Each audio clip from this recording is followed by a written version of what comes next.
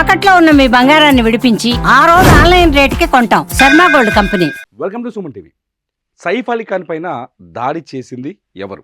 ఒకటి, ఇంట్లో వాళ్ళ కుట్ర ఇందులో ఉందా?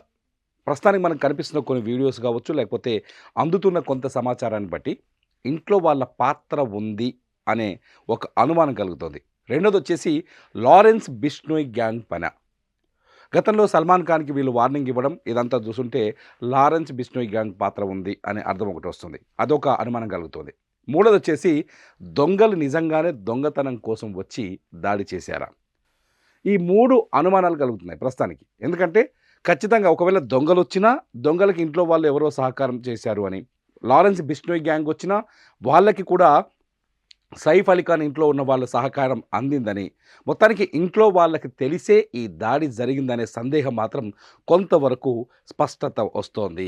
ఇది సందేహం కాదు, చాలా స్పష్టంగా అర్థమవుతోంది. ఎందుకంటే ఎప్పుడైతే రాత్రి 2:30 సైఫ్ అలీ ఖాన్ పై దాడి ఎప్పుడు జరిగిందంటే రాత్రి 2:30 జరిగింది. 2:30 AM. ఈ విషయాన్ని గుర్తుపెట్టుకోండి. 2:30 AM 2:30 దాడి జరిగితే ఇంట్లో కొంత సీసీటీవీ ఫుటేజ్ దొరికింది. ఆ 2:30 నుంచి పోలీసులు ఏం చేశారు, ఇన్వెస్టిగేషన్లో వెనక్కి ఒక 2 గంటలు ఆ సైఫ్ అలీ ఖాన్ ఇంటి ఏరియాలో, ఆవరణలో ఉన్న ఏరియాలో సీసీ కెమెరాలు చెక్ చేశారు.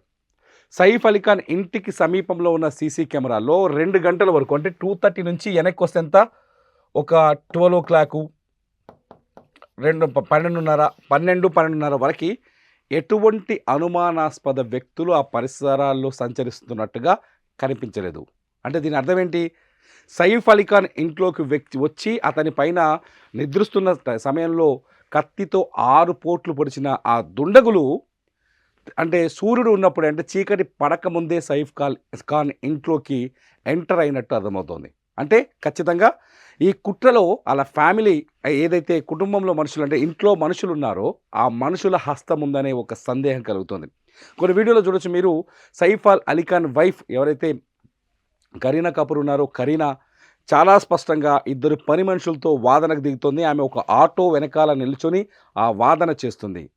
ఈ ఆటో, ఎందుకంటే ప్రస్తుతానికి మనకు అందుతున్న సమాచారం ప్రకారం సైఫ్ అలీ ఖాన్ పైన దాడి జరగగానే ఆయన ఆసుపత్రికి, లీలావతి ఆసుపత్రికి ఒక ఆటోలో తరలించారని తెలుస్తుంది. ఆటోలోనే తీసుకెళ్లి ఆసుపత్రిలో చేర్పించారు.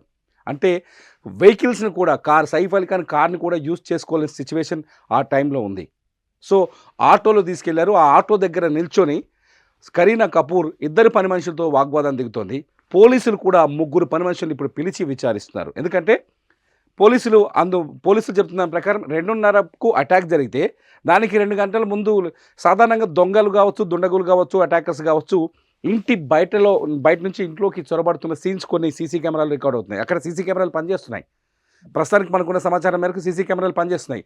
ఆ సీసీ కెమెరాల్లో ఎటువంటి అనుమానాస్పద వ్యక్తుల కదలికలు కనిపించలేదు. అంటే ముందుగానే ఇంట్లో వాళ్ళ సహకారంతో దుండగులు ఇంట్లోకి చొరబడ్డారు.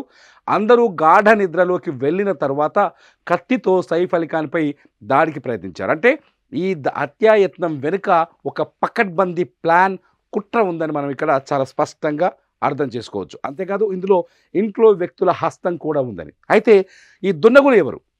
ఒకటి, దుండగులు ఎవరనేది ఇక్కడ బిగ్ క్వశ్చన్గా మారుతుంది. దుండగులు ఎవరై ఉంటారు? ఒకటి, లోకల్ పగ అయి ఉండొచ్చు.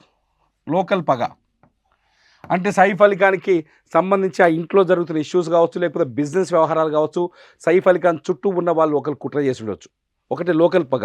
రెండోది వచ్చేసి లారెన్స్ బిష్నోయ్ గ్యాంగ్ అయి ఉండొచ్చు. మూడోది వచ్చేసి దొంగలు అయి ఉండొచ్చు. ఖచ్చితంగా లోకల్ గ్యాంగ్ అయినప్పటికీ ఇంట్లో వాళ్ళ సహకారం అందింది. లారెన్స్ బిష్నోయ్ గ్యాంగ్ అయినప్పటికీ ఇంట్లో వాళ్ళ సహకారం అందింది. దొంగలు అయినప్పటికీ ఇంట్లో వాళ్ళ గ్యాంగ్ కానీ సహాయం అందిందని చాలా స్పష్టంగా అర్థమవుతుంది.